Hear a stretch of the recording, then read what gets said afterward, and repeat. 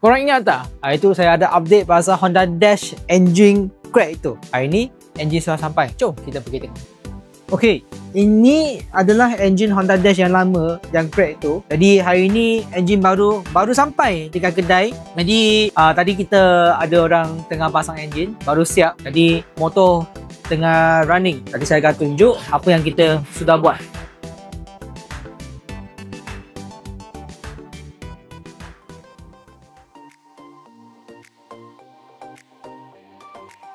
Inilah motor Honda Dash 125. Okay, engine kita baru naik. Motor kita tengah buat running. Tapi insyaAllah tak ada leaking lah setakat ni. Customer tu dia pinjam kita punya motor second hand untuk dia cari rezeki lah. Sebab kalau customer dia tak ada motor, susah dia nak pergi kerja kan. Jadi kita pun pinjam motor bagi customer. Kita tengah running. Jadi insyaAllah minggu ni motor siap, kita keluarkan motor bagi customer tu, insyaAllah. Guys, ingat lah, kita bukan setakat jual motor saja. Yang paling penting, kedai saya ada pusat servis. Itu yang sangat penting. Kita jumpa nanti.